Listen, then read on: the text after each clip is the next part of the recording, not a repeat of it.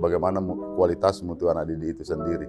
Jadi kalau kita menggunakan itu, saya yakin bahwa untuk tingkatkan sekarang ini secara nasional kita Makassar juga termasuk di bawah standar, ya, di bawah rendah, kan di bawah standar rata-rata. Jadi kita di bawah 50%. Maka tentu itu tadi salah satu mengenjot pertama. Siapa yang saya harus lakukan dulu saya perbaiki. Pertama itu bagaimana standar proses dan isi. Yang paling penting juga adalah standar mutu guru.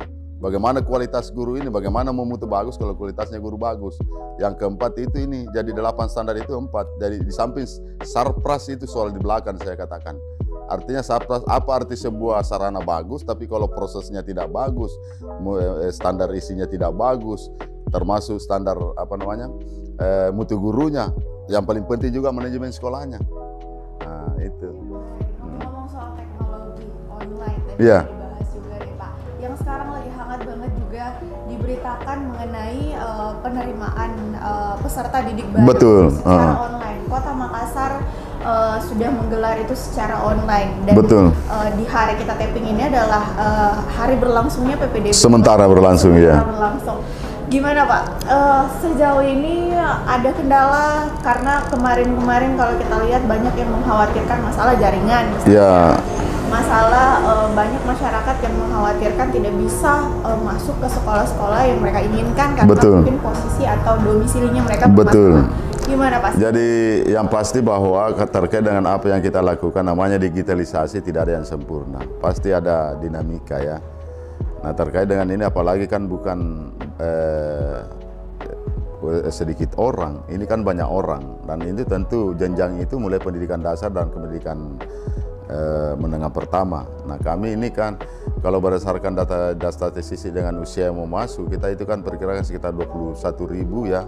Kalau berdasarkan dengan alumni yang masuk dengan itu, kita di SMP itu sekitar ya kalau kita lihat data, ya itu kan ada sekitar 30.000 kan yang harus masuk di SMP. Nah tentu daya tampung juga tidak menentu itu yang pertama. Kemudian yang kedua terkait dengan pelaksanaan, yang pasti bahwa alhamdulillah kalau terkait dengan jaringan alhamdulillah itu memang ada kendala, tetapi itu tidak bukan lama, paling berapa menit aja kalau itu. Artinya tapi itu kan bukan hanya persoalan ini, yang pasti kita syukuri bahwa sampai 2 hari ini alhamdulillah kita jalan dengan baik. Karena memang kami ini menggunakan bekerja sama dengan Kominfo terkait dengan server, portal yang kami bangun, yang kami buat, yang kita gunakan itu bersama dengan Kominfo secara teknis, dengan tim teknis teman-teman dari Kominfo. Nah kita juga menggunakan juga server, alhamdulillah sampai hari ini bahwa tidak ada. Cuma yang memang kendala ada dari titik koordinat. Karena itu memang ada orang tua yang pindah ataukah data anak yang tidak sesuai dengan Dapodik. Artinya data di Dapodik itu pada saat dia SD itu dia pakai titik alamat, pada saat dia membuat akun itu dia pakai alamat sekolah. Sehingga pada saat kita ada pendaftaran terjadi verifikasi di situ kok tidak bisa ketemu karena masing-masing menggunakan satu alamat, dan bahkan di situ ada menggunakan nick yang sama, nick ganda. Ini kan kita temukan seperti itu. Artinya pada saat pengimpunan, nah begitu diketik nicknya tapi Dapodiknya memang nick itu, tapi begitu diverifikasi, divalidasi nicknya, nama orang lain yang muncul. Nah inilah semua yang kami kerja kendala-kendala begitu, tapi alhamdulillah kita semua kami gunakan layanan. Artinya terkait dengan sistem digitalisasi, sistem online, tentu kan masyarakat tidak semua memahami itu, maka kami juga buka layanan di pendidikan, semua sekolah kita buka layanan, dan termasuk Kominfo itu membuka layanan terkait dengan membantu masyarakat yang memang tidak paham tentang ini, yang tidak memiliki HP, tidak memiliki laptop, tidak memiliki iPad, dan sebagainya. Untuk fasilitas itu apalagi dengan internet, ya. Nah sekarang Kominfo kita buka juga, bahkan di sini kalau ada masyarakat mengadu, nah memang tidak paham, lebih baik kita langsung bantu, lebih bagus, karena kita tidak mau ini jangan ini online baru manual, kan tidak ada. Nah itu, kayak ini kan kecuali hal-hal tertentu daerah memang yang tidak punya jaringan, ini kan kita tidak untuk Kota Makassar. Nah itulah yang pasti punya dinamika semua, dan insya Allah mudah-mudahan bisa berjalan dengan baik. Yang pasti kami memberikan layanan, pokoknya semua pengaduan itu kami akan layani, itu kan respon masyarakat.